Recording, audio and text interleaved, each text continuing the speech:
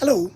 Sometimes the best cornerback performance is the one where the quarterback finally decides to test you, then immediately regrets it. October 19th, 2025, MetLife Stadium, Panthers, Jets. This game is not going to be remembered because Carolina's offense lit anybody up. It didn't. It's not going to be remembered because Bryce Young put together some gigantic statistical day. He didn't even finish the game. This is a defensive game, an ugly game, a game where 13 points was enough. And Jaycee Horn is about to personally erase 2 New York Jets possessions. This is Panther 3. Carolina arrives in New Jersey at 3-3, which by itself doesn't sound remarkable, but suddenly the team has some momentum. The Panthers have won 3 of 4. Rico Dowdle has just gone berserk. He put up 472 yards from scrimmage over 2 games, including 239 against his old teammates on the Dallas Cowboys. But there's one Carolina weakness that looks somewhat exploitable. Through 6 games, the Panthers have a grand total of 5 sacks. 5 for the entire team.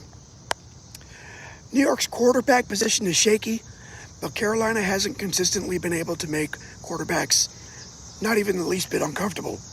But that changes in today's game. And before we get there, let's talk about the guy wearing the number 8 jersey. Jaycee Horn grew up around the NFL. His father, Joe Horn, a 4-time Pro Bowler, receiver most remembered with the New Orleans Saints. Jaycee went in a completely different direction. Instead of catching passes, he made a career preventing other people from catching them. He started South Carolina, earned freshman All-SEC honors, and became the first defensive player selected in the 2021 draft when Carolina took him with the 8th overall selection. And when Horn played, the talent was obvious.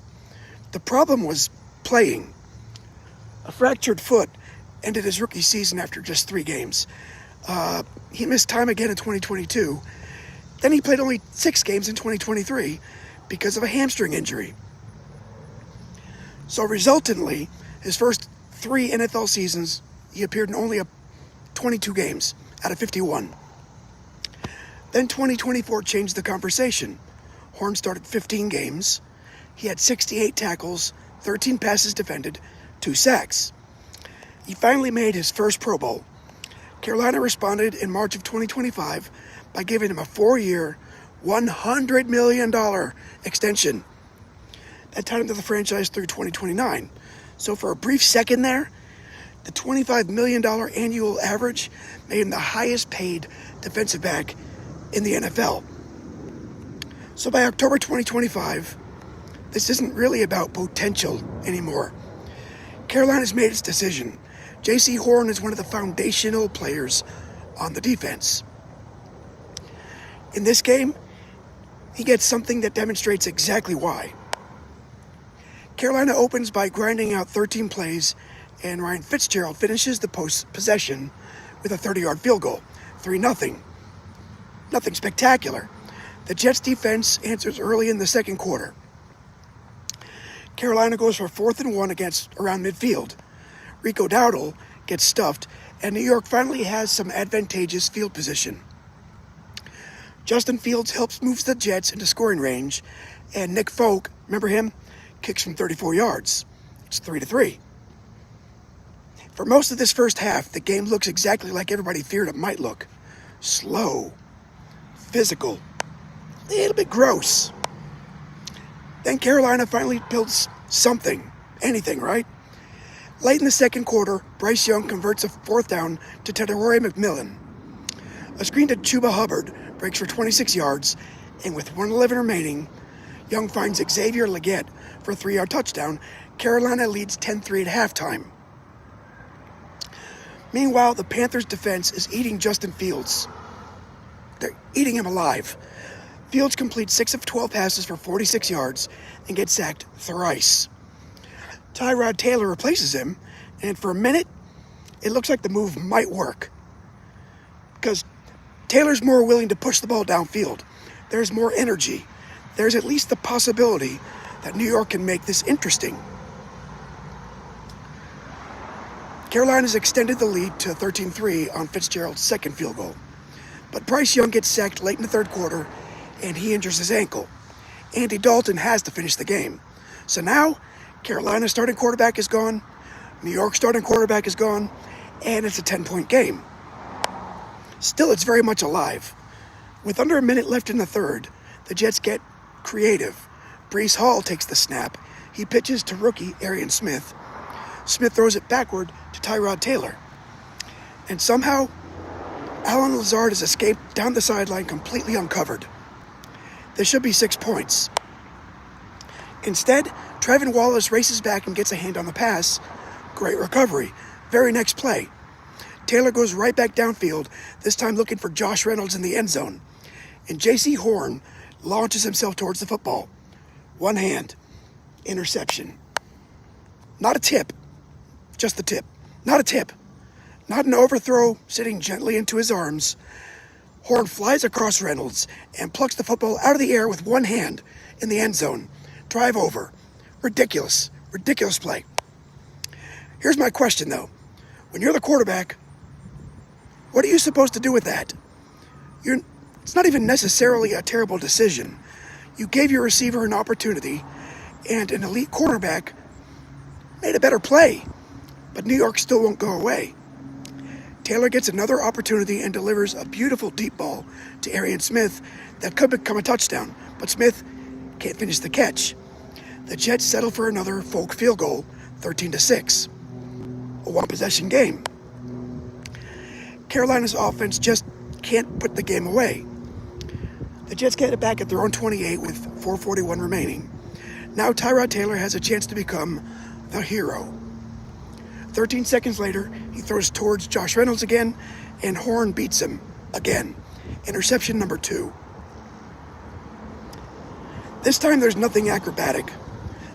Horn simply fights through the route, gets himself in a good position, and takes the football away. It's the first 2-interception game of his NFL career. Carolina doesn't completely finish things there because apparently this game needed to stay uncomfortable until the very last possible moment.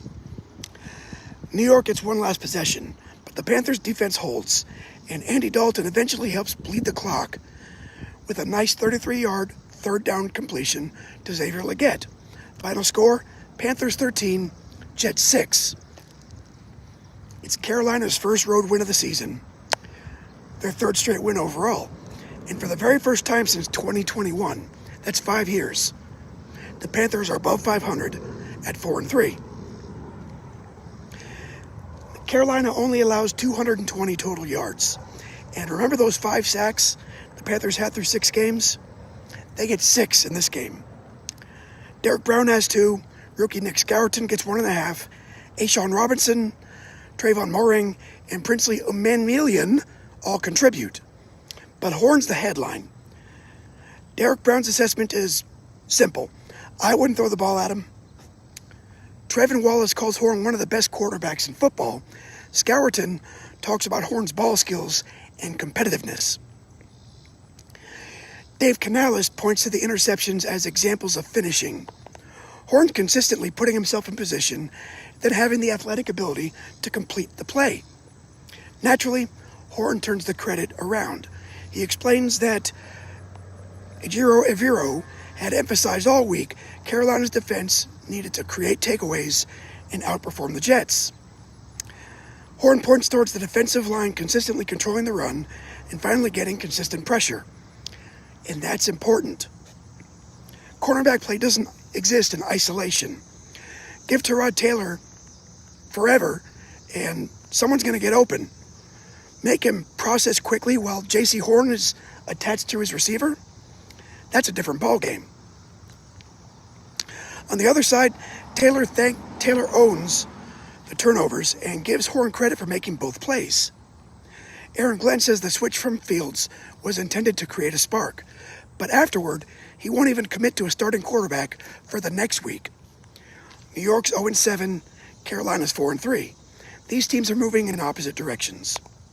Except Carolina's story isn't actually a straight line up. They have some ugly losses afterwards. There's frustrating stretches, but there's enough wins. The Panthers finished 8-9, and through one of the strangest NFC South races imaginable, they win the division. It's Carolina's first division championship since 2015, and their first playoff experience since 2017, and they don't embarrass themselves when they get there. Carolina hosts the Los Angeles Rams in the wild card round.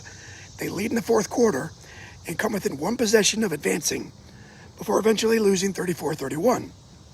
The Jets? The Jets, they're going to jet. They went 3-14.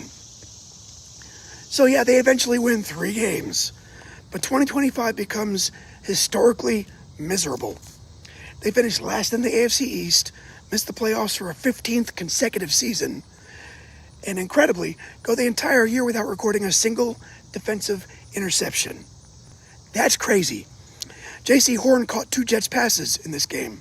The entire Jets defense caught 0 all season. And Horn wasn't finished. He ends 2025 with a career-high 5 picks, matching the number he'd accumulated during his entire first 4 seasons combined. He started 16 games, helped Carolina reach the postseason, and earned his 2nd straight Pro Bowl selection. By February, Horn's talking less like someone trying to prove he belongs, and more like somebody who knows he already does. And entering 2026, he's still a centerpiece with the Panthers. He briefly begins training camp on the non-football injury list after cutting his foot while running, and he needed stitches, but it's minor. He's back participating in camp just a couple weeks ago, or last week, and remains Carolina's number 1 corner heading towards the new season. So the early career question was availability. The current question is much more interesting. How high can the ceiling go if Jaycee Horn simply stays on the field?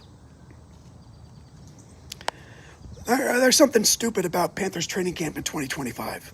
Horn, along with fellow corner Mike Jackson, actually wandered into Bryce Young's quarterback warm-ups and started catching passes. Horn joked that they wanted Bryce to get used to throwing the ball to them. That's elite trolling. And Bryce's response was basically, they're competitors. Hey, it makes everybody better. Honestly, if your cornerback starts intercepting you during warm-ups, at some point you should probably charge him rent for occupying your head. Next time we change sports, St. Louis Blues, Dallas Stars. And Roman Polak, a defenseman who wasn't exactly known for filling up the scoring column, is going to score a third-period goal that helps turn a 2-1 deficit into a game the Blues eventually win in overtime. That's Blue 25, Roman Polak, March 11th, 2014. But this was the Jaycee Horn episode. I'm Kevin. Thanks for stopping by.